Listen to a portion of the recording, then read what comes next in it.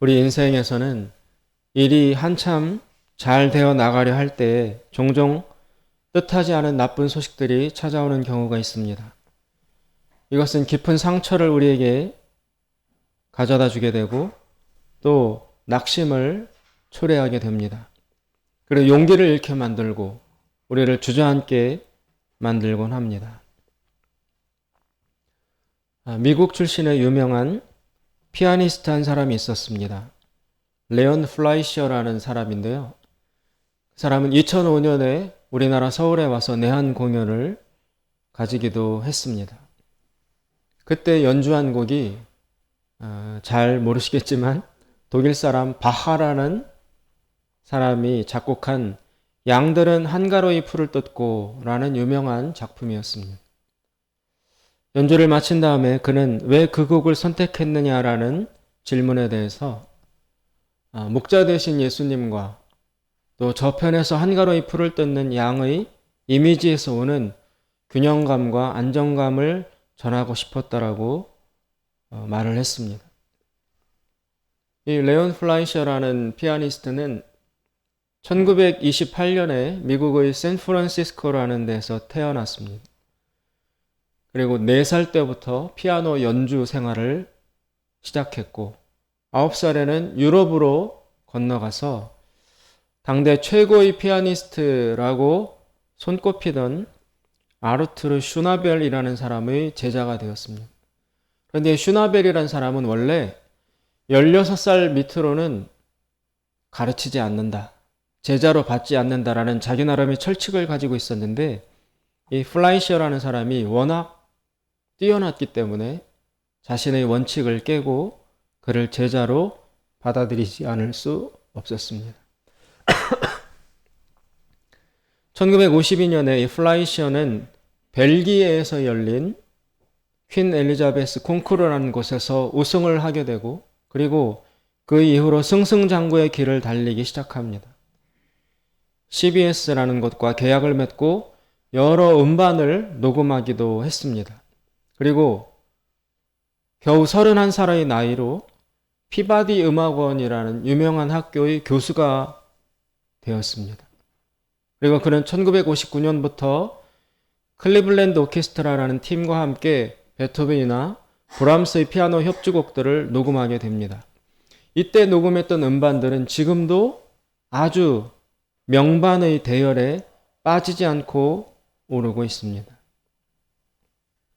그런데 가혹한 운명의 장난이 이 플라이셔를 찾아오게 됩니다. 아주 최고의 전성기를 구가하고 있던 34살 때에 그의 오른손에 이상이 감지되기 시작을 했습니다.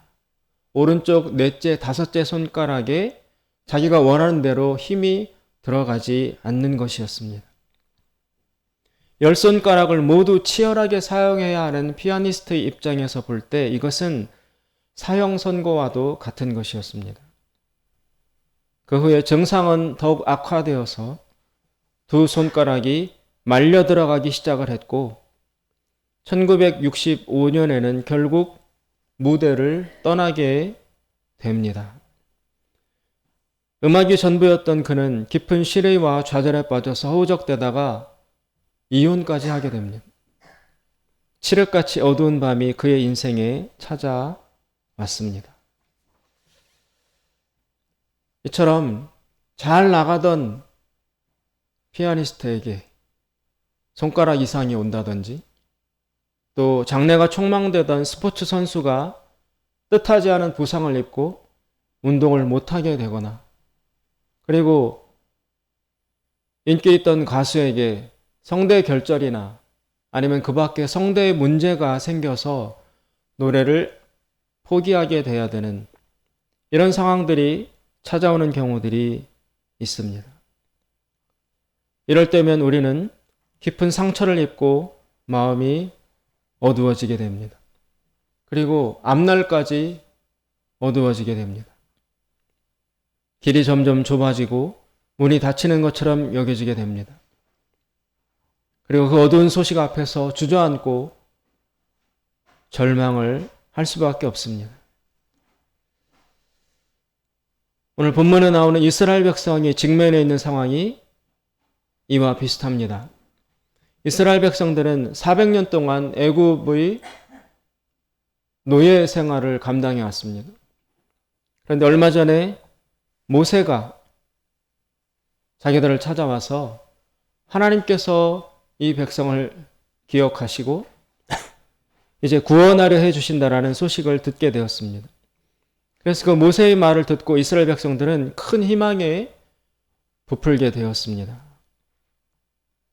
그런데 그 똑같은 말을 모세가 애굽 왕 바로에게 가서 전달을 했을 때 바로가 크게 노여워하면서 이스라엘 백성들이 게을러서 이런 쓸데없는 생각을 하게 된다라고 판단을 한 후에 이스라엘 백성들이 하던 노동의 강도를 훨씬 심하게 만들어 버렸어요.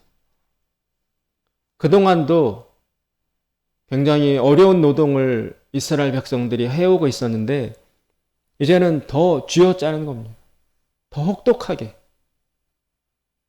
예를 들자면 이스라엘 백성들이 벽돌을 만들 때 거기에다가 지푸라기를 미리 주어서 그 벽돌을 만들거나 또 이렇게 건물을 쌓아 나갈 때 잘 붙도록 해주었는데 이제는 지푸라기를 주지 않고 너희들 스스로가 지푸라기를 구해다가 벽돌을 만들어라. 그런 식으로 이스라엘 백성들이 지금까지도 해오던 노동이 힘든 것이었는데 그것을 몇 배나 더 힘들게 부과시켰다는 것입니다.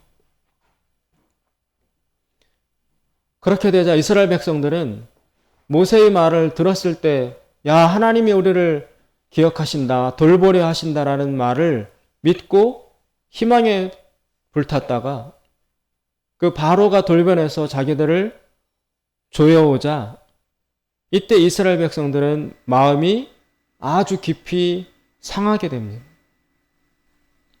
그래서 그 이스라엘 백성이 모세를 찾아가서 네가 그 말을 해가지고 우리가 바로 왕 앞에 미움거리가 되게 만들었다. 그리고 이제는 바로가 우리를 그냥 두지 않고 아예 죽이려 할 것이다.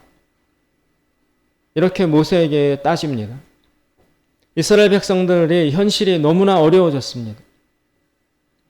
안 그래도 힘든 노예 생활을 하고 있었는데 더 힘든 일이 얹어지니까 그때 이스라엘 백성들의 마음이 상처를 입은 거예요. 그래서 마음이 너무 상했습니다. 그리고 마음이 다쳐버렸습니다. 그러자 모세가 다시 찾아와서 하나님의 말씀을 전달합니다. 하나님께서는 너희들의 조상인 아브라함과 이삭과 야곱한테 너희들을 꺼내서 가나안이라는 새 땅을 주어서 거기로 들어가 새 나라를 만들어 살게 하겠다. 그런 약속을 무려 500년 전에 하셨다. 그리고 그 약속을 기억하셔서 지금 너희들을 애굽에서 꺼내주려 하신다. 라고 하나님의 이 귀중한 약속의 말씀을 이스라엘 백성에게 전달을 해도 이스라엘 백성은 마음이 상해서 그 말을 듣지 않는 것입니다. 오늘 읽으신 말씀 9절에 보시면 그 이제 6절에서 8절까지는 모세가 전달하는 하나님의 말씀이에요. 하나님께서 너희들을 구원해내서 가나안 땅에 들여보내기로 하셨다. 이런 말씀을 모세가 와서 전달을 합니다. 그런데 9절에 보시면 그 말을 백성들이 듣지를 않습니다. 9절을 읽으면 모세가 이와 같이 이스라엘 자손에게 전하나 그들이 마음의 상함과 역사의 혹독함을 인하여 모세를 듣지 아니하였더라. 이 이스라엘 백성의 마음 상함은 이렇게 된 것입니다. 하나님이 바로를 이길 힘이 없을 것이라는 현실을 자각하게 됨으로써 낙심하게 된 것이 바로 본질입니다. 우리가 여기서 나갈 수 있다는 것은 희망사항일 뿐 그러나 현실은 불가능하다. 우리가 잠시 희망을 가졌었는데 그것은 착각이었구나. 바로를 이기다니. 사실상 불가능한 일인데 우리가 잠시 눈이 멀었었구나. 이성을 잃었었구나. 빨리 제정신 차려야지. 이런 사고의 과정이 이스라엘 백성 안에 일어났던 것입니다. 이 이스라엘 백성이 이렇게 마음이 상할 만한 이유가 있습니다.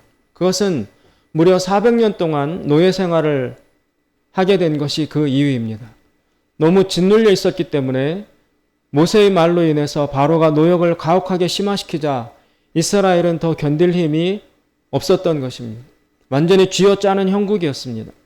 이스라엘 백성은 지금 너무 지쳐 있었습니다. 그래서 내성이 없습니다. 메말라 있었고 여유가 없었습니다. 죽지 못해 살고 있는 형편이었습니다. 그리고 죄와 욕망과 자아와 이기심의 노예가 되어 살고 있었습니다. 이때 이스라엘 백성은 비전도 없고 여유도 없으니까 관대함과 너그러움도 가질 수 없었습니다. 서로 지쳐 있었기 때문에 물고 먹고 싸울 수밖에 없었습니다. 상대방을 포용하고 용납해 줄 수 있는 여유와 에너지가 없는 상태에 있었습니다. 이런 마당이니까 바로가 시키는 노동의 강도가 훨씬 더 강화되자 이스라엘 백성은 견딜 수가 없었던 것입니다. 그래서 이스라엘 백성은 마음이 상하게 될 수밖에 없었습니다. 그 결과 미래를 위해서 새로운 비전이 주어져도 그것을 수용할 수 있는 마음의 여유가 없는 상태가 되었습니다. 400년간의 노예 생활이 이스라엘의 마음을 좁게 만들었던 것입니다. 이런 이스라엘 백성을 어떻게 정죄만 할 수 있겠습니까? 그들이 작은 장애물 앞에서 걸려 넘어지고 그것을 넘어가지 못하고 멈춰설 수밖에 없다는 것을 이해해야 하지 않겠습니까? 이스라엘 백성의 입장에 서본다면 400년 동안 하나님께서 버려놓았다가 갑자기 모세를 보내셔가지고 이러이러해야 되니까 빨리 나가라, 나가자, 받아들여라, 적극적으로 행동해라. 이렇게 아무리 말씀을 하신다 해도 이스라엘 백성의 입장에서 보면은 마치 400년 동안 버려둔 그런 아버지가 갑자기 나타나서 고아처럼 그동안 살아왔던 나의 아픔과 슬픔은 어루만져 주지도 않은 채 빨리빨리 나가자, 다음으로 나가자, 행동하자, 이렇게 엄청난 믿음과 성숙함을 요구하는 것이 이스라엘 백성들의 입장에서는 이해가 되지 않는 것입니다. 그리고 섭섭한 마음을 계속 품을 수밖에 없는 것입니다. 그래서 이스라엘 백성의 마음을 충분히 이해할 수 있습니다. 왜 이렇게밖에 행동하지 못하는지, 왜 이렇게 더딘지, 소극적인지, 불만이 많은지 이스라엘 백성을 충분히 이해해야 합니다. 그렇지만 하나님께서 오늘 이 본문 말씀을 주신 것을 보면 단순히 이스라엘 백성을 이해하는 데에만 목적이 있지 않습니다. 출애굽기 전체를 통해서 또 신약성경의 히브리서라는 말씀을 보면 이 이스라엘 백성이 하나님의 말씀을 잘 안 받아들이고 못 받아들이고 그리고 애굽에서 나가는 것도 주춤주춤, 미적미적, 그리고 애굽에서 나가서도 계속 광야에서 물이 없다 불평하고 고기가 부족하다, 고기 못 먹어서 힘이 없다라고 하면서 주저앉고, 그리고 결국에는 가나안 땅 앞에 갔을 때 우리는 죽어도 못 들어간다라고 이스라엘 백성이 주저앉는 바람에 그 땅에 들어가지 못하는 그 행동, 이런 여러 가지 것들을 놓고 성경은 결코 긍정적으로 묘사하지 않고 있습니다. 인간적으로 볼 때 이스라엘 백성이 그럴 만하다. 야, 400년 동안 하나님 한 번도 나타나지 않고 완전히 방치되어 있다가 400년 만에 하나님이 모세를 보내서 이러이러하니까 빨리 따라라, 그렇게 말씀하신다고 해서 그 오랫동안 몸에 배어있던 노예 근성이, 고아의 그 마음이 어떻게 훌훌 털어지고 적극적인 믿음의 사람으로 금방 성숙해질 수 있겠는가? 이스라엘 백성을 우리 인간적인 마음으로는 충분히 이해를 하지만, 그러나 그럼에도 불구하고 성경은 구약과 신약 전체를 통해서 이 이스라엘 백성의 불신앙, 불순종, 능동적이지 못한 이런 믿음을 결코 긍정적으로 묘사하지 않고 있다는 사실에 우리는 주목해야 됩니다. 저는 이스라엘 백성들의 이 연약함에 대해서 충분히 마음이 많이 공감이 됩니다. 나라도 그럴 것이다. 이럴 수밖에 없지 않느냐. 충분히 이해를 합니다. 공감을 하고 이스라엘 백성의 편에 서고 싶습니다. 그러나 만약 그렇게 이해해 주는 것만으로도 충분하다면 괜찮겠지만, 그러나 성경은 우리 삶의 표준이 되고 또 우리가 살아야 될 기준을 제공해 주시는 이 성경 말씀의 평가를 들어볼 필요가 있는 것입니다. 성경은 결코 이스라엘 백성의 이런 행동과 자세에 대해서 좋게 평가하지 않습니다.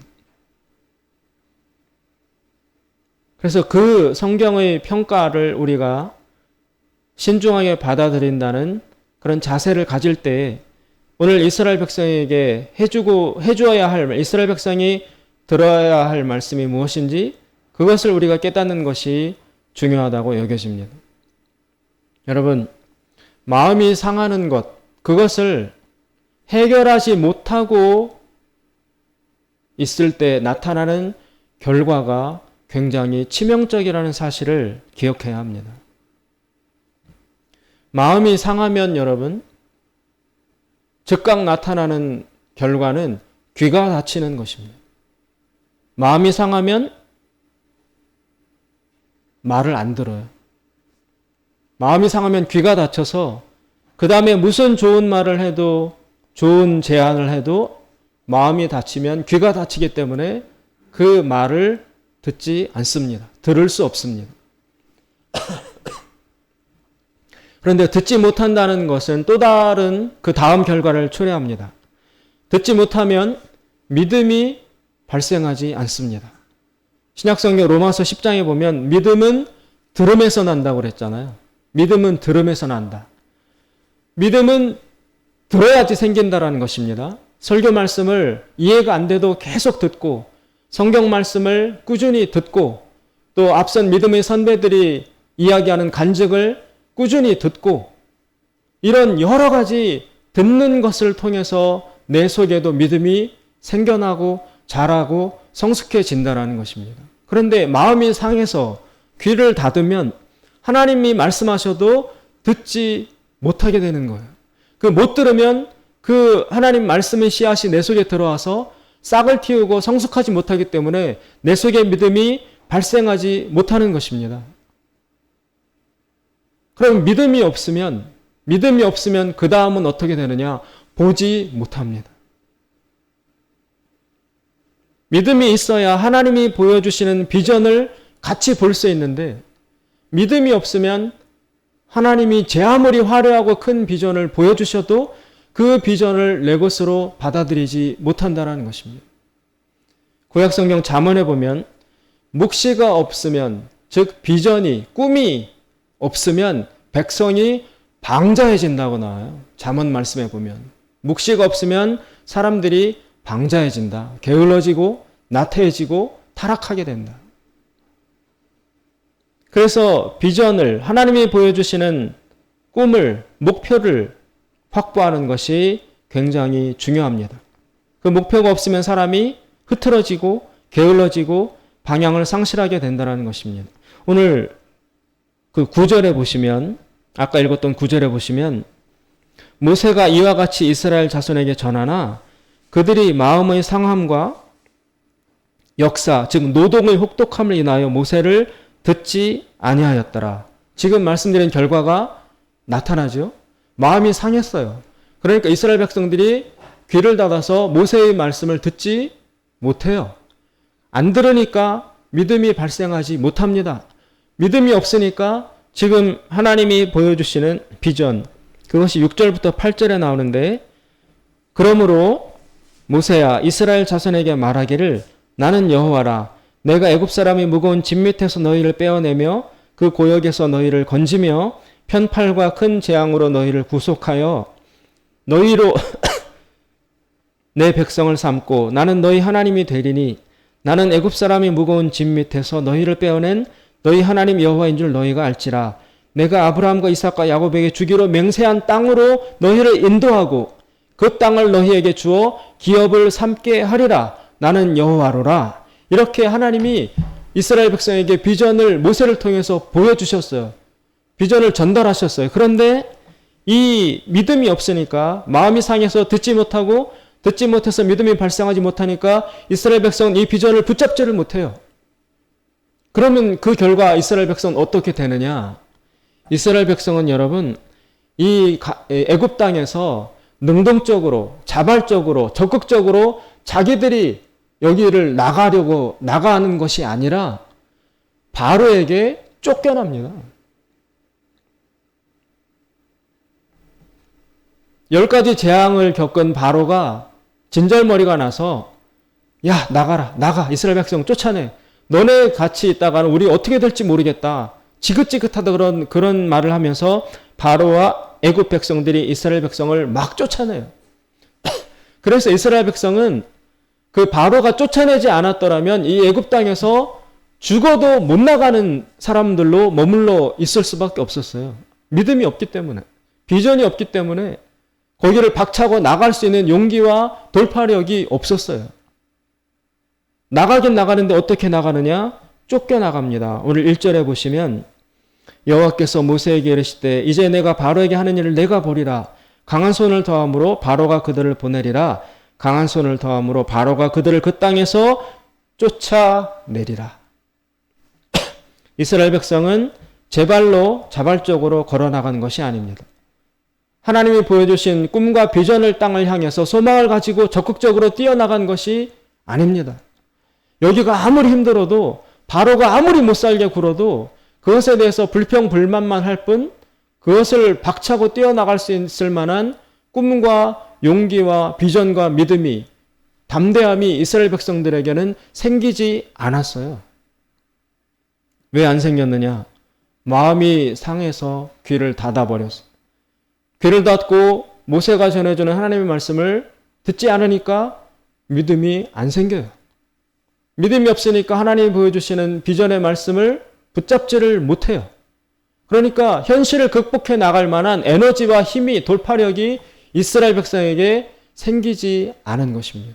근데 하나님이 급하니까 이스라엘 백성이 불신앙에도 불구하고 가나안 땅으로 들어가게 하려고 이스라엘 백성을 나가게 하는데 어떻게 나가게 하느냐?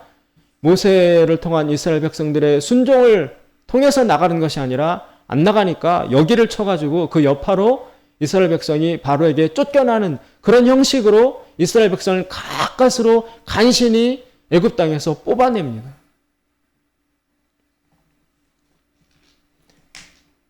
귀가 닫히니까 하나님의 말씀을 듣지 못하고 비전을 붙잡지 못하니까 그런 백성들은 약한 백성이 됩니다. 주저앉습니다. 전진을 못합니다. 그리고 방황하고 제자리 걸음을 합니다. 앉은 자리에서 썩어갑니다. 두려움에 극도로 취약한 백성이 됩니다.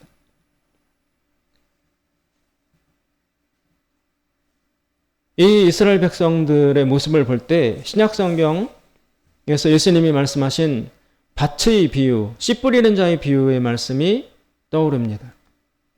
농부가 씨를 뿌리지만 밭이 제각각 종류가 있어서 어떤 밭은 길가의 밭이라 땅이 너무 딱딱해서 씨를 뿌리면 그냥 땅바닥 위에 땅속으로 들어가지 못하고 머물러 있다가 새가 몰아감으로 결실을 못하고, 두 번째 돌짝밭, 흙으로 덮여 있지만 흙 바로 밑에 바위 덩어리가 있어서 씨가 땅속으로 들어가긴 하지만 그 바위에 걸려서 뿌리를 내리지 못해요. 그래서 좀 싹이 피고 살아나는 것 같다가도 환란이 닥치고 어려움이 닥치면 뿌리가 깊이 내리지 못했으므로 금방 시들고 메말라 죽는다.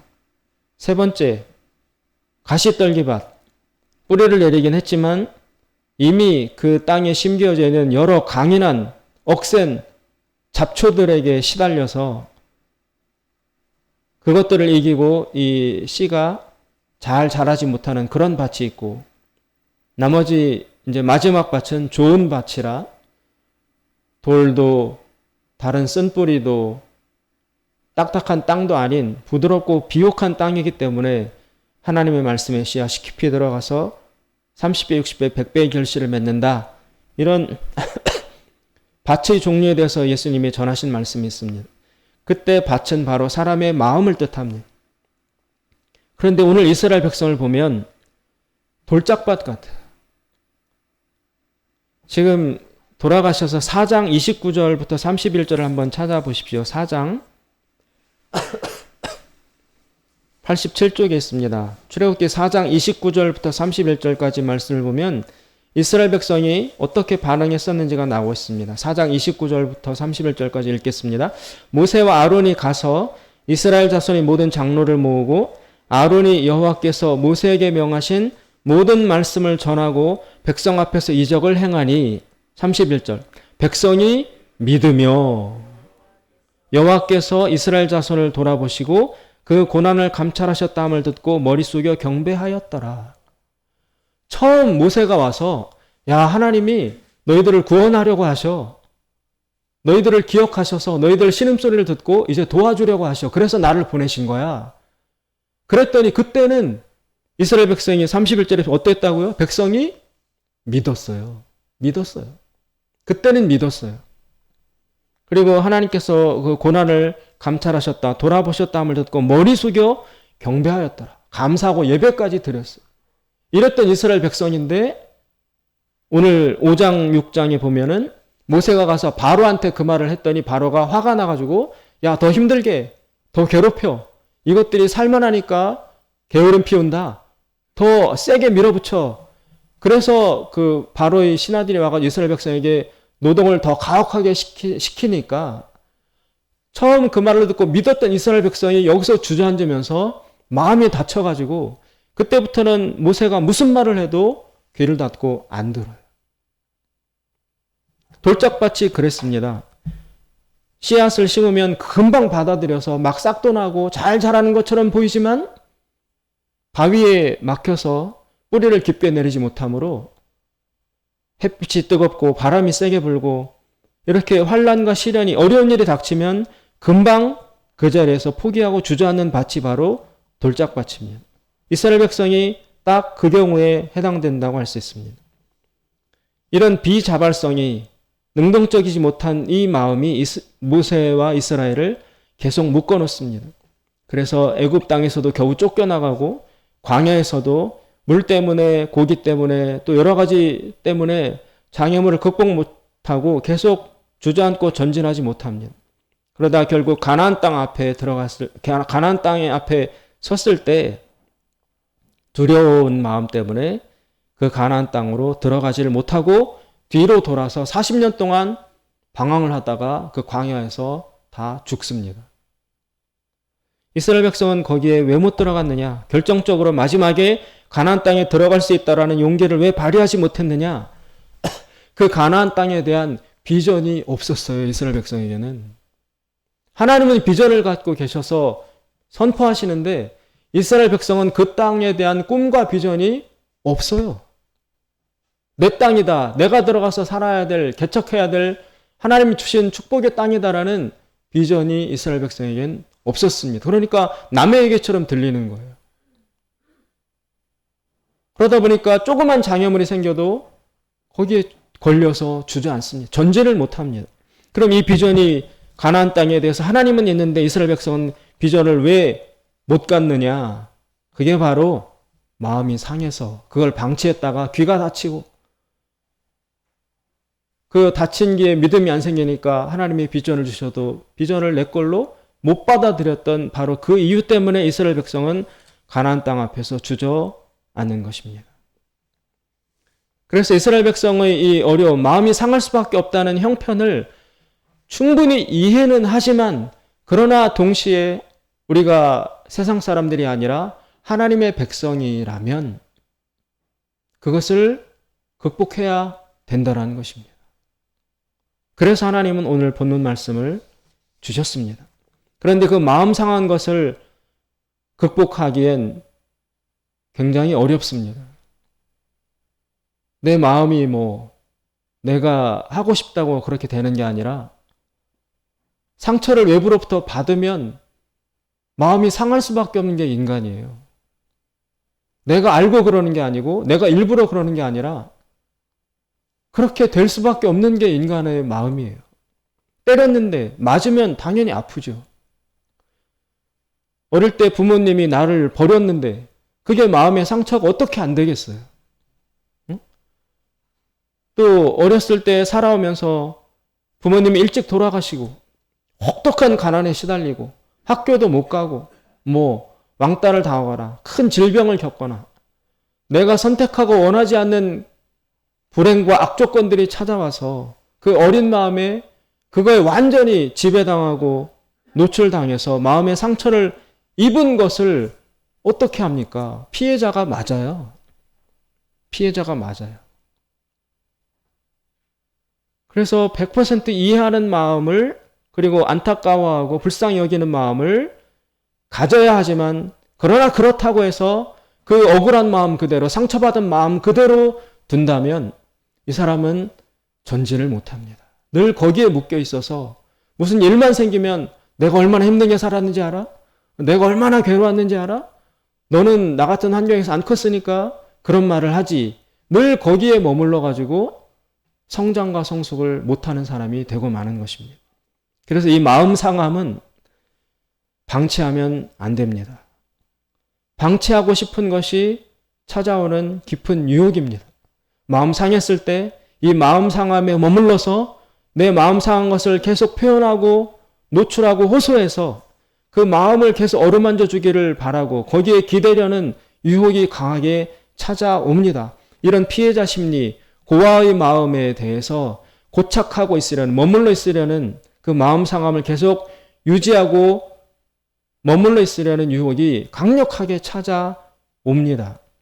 그럼에도 불구하고 우리는 이 마음 상함을 치료하고 극복하고 넘어가야 합니다. 그러기 위해서 어떤 행동을 우리가 해야 하냐면 첫째, 자기 객관화가 필요합니다. 이것은 무엇이냐면 나만 그렇게 힘들게 살아온 게 아니다라는 것을 받아들여야 돼요.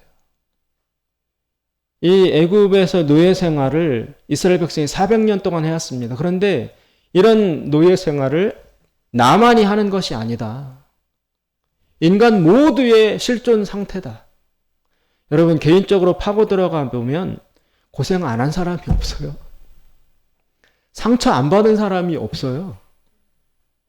힘들게 안 살아온 사람이 없습니다. 그런데 우리의 연약한 마음은 나만, 내가 제일 고생하고 내가 제일 힘들게 살았고 내가 제일 억울하고 이런 마음에 머물러 있으려 합니다. 남자들은 군대에 갔다 온 얘기를 많이 하는데 자기가 이 세상 군인 중에서 제일 고생한 사람이에요. 제일 많이 맞은 사람이고 혹독하고 제일 춥고 제일 모진 곳에 가서 고생한 군인이 자기예요. 여자들은 시집살이 한 거 자기가 최고로 시집살이 했어. 다른 누구보다도 내가 제일 억울하고 내가 제일 모진 소리 많이 들었고 제일 고생 많이 했고 여자들은 그런 또 피해 심리가 있어. 남자들은 남자들대로 있고. 그런데 그게 과연 객관적으로 사실인가? 나만 그렇게 고생했나? 나만 그렇게 힘든 일이 있었나? 나만 그렇게 아프고 가난했나? 아니라는 거예요. 알고 보면 모든 사람들이 다 힘들게 살고 있습니다.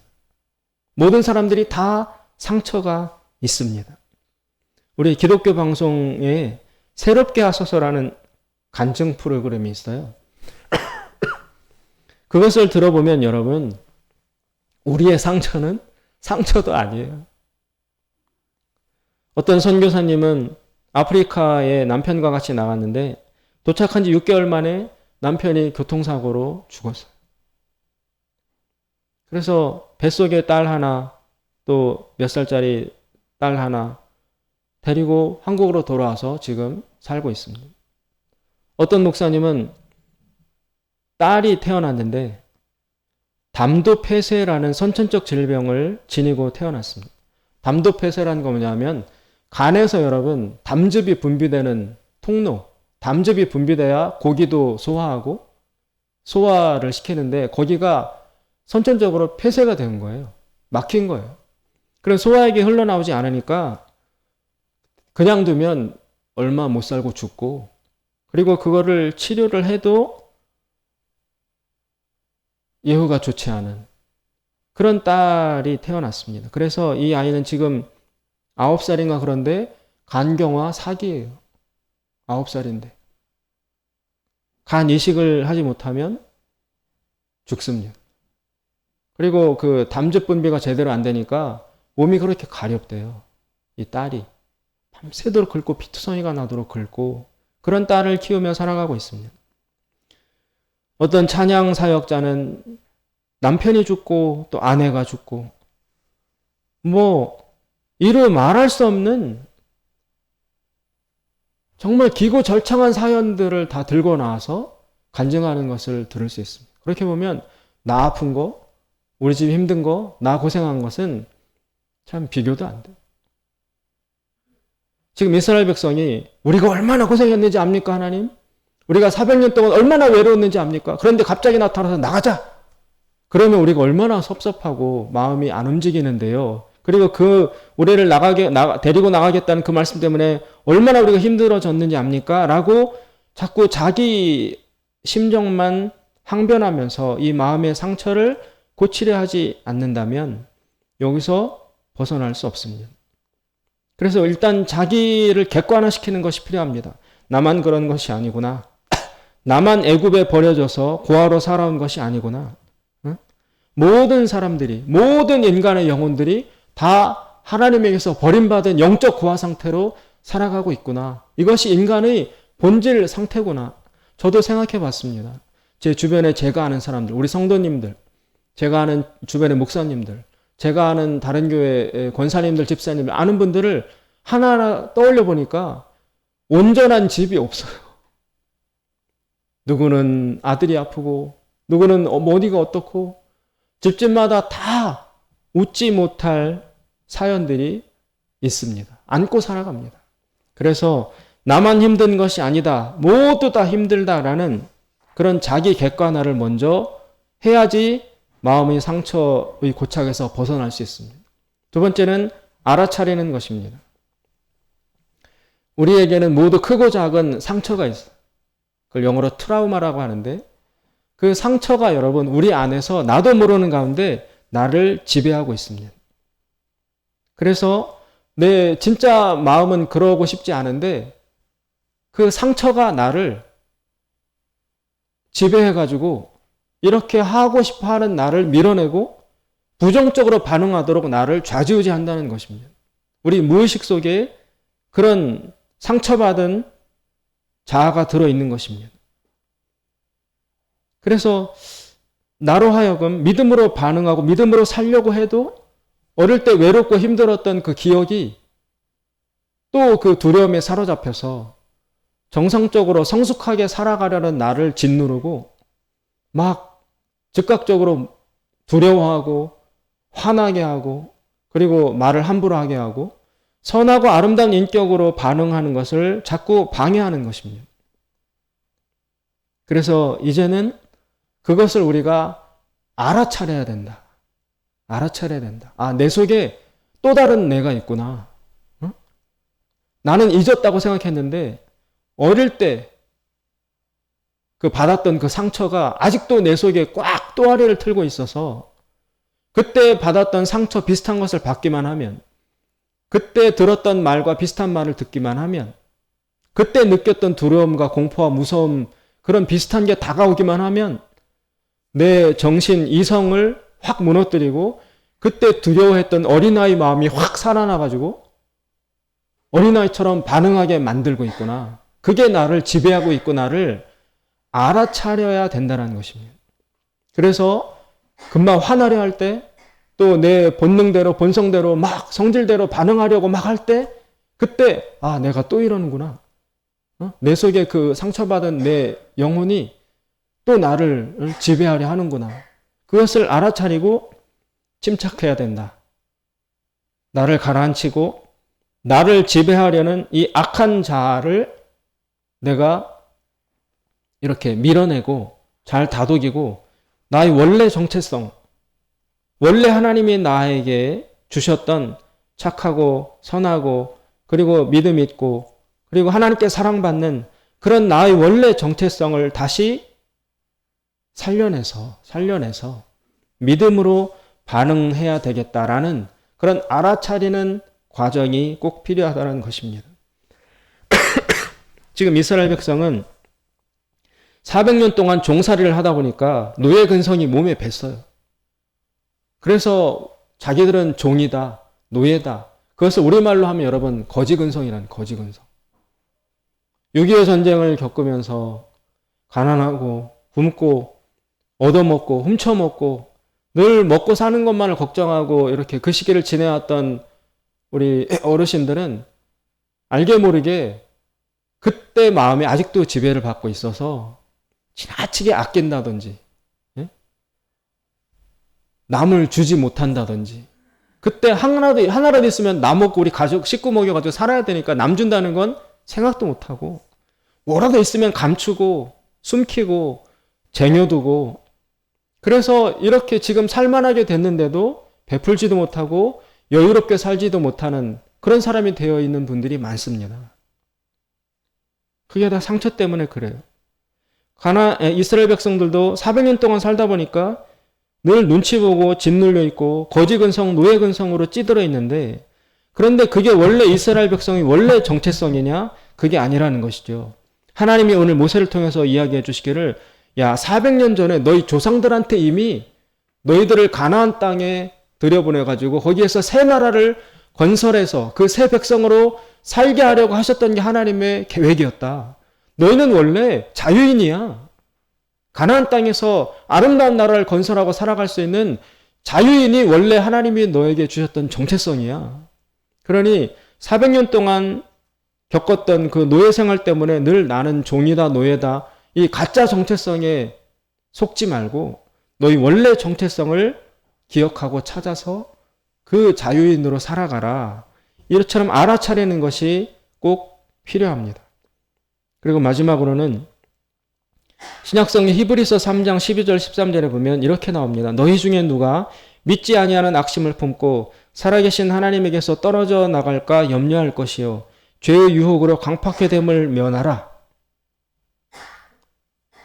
우리 혼자만 두면 여러분 자기 생각에서 벗어나기가 어렵습니다.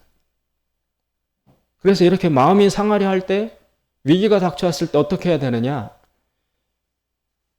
공동체, 다른 믿음의 식구를 찾아가거나 멘토를 찾아가서 하나님의 말씀을 들어야 돼요. 그러면 그 지도자가 당신은 그런 사람이 아닙니다. 하나님은 당신에게 놀라운 이런 계획과 비전을 가지고 계십니다. 당신은 노예가 아니고 종이 아닙니다. 당신은 하나님이 사랑하시는 소중한 사람입니다. 이런 말을 들어야 돼요.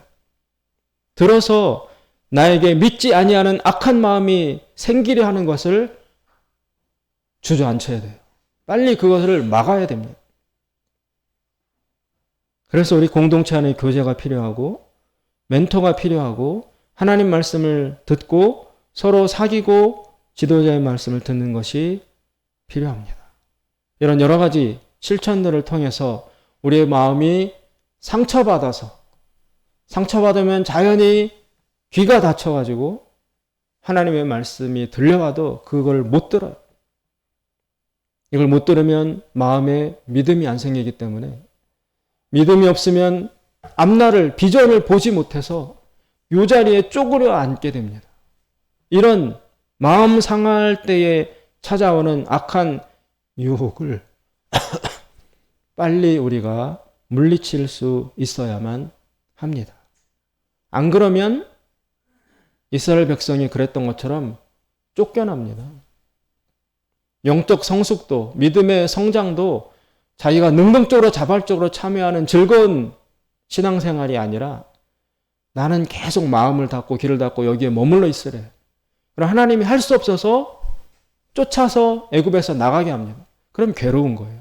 신앙생활을 하는데도 계속 괴롭고 맞으며 신앙생활을 해야 되고 목표 앞에 가도 비전이 없으니까 안 못 들어간다고 또 뒤로 물러나고 교회에서 무슨 직분을 맡기거나 또 어떤 사명을 맡기면 힘들지만 자신 없지만 해보겠다라고 순종하는 사람이 있는가 하면 못한다고.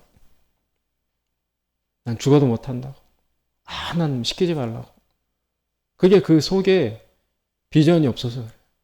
마음 상한 것 때문에 귀를 닫고 하나님 말씀을 들을 수 없는 고착된 상태에 있기 때문에 앞으로 나아가지 못하는 것입니다. 사랑하는 여러분, 마음 상하는 것이 우리의 신앙생활을 가로막는 인생의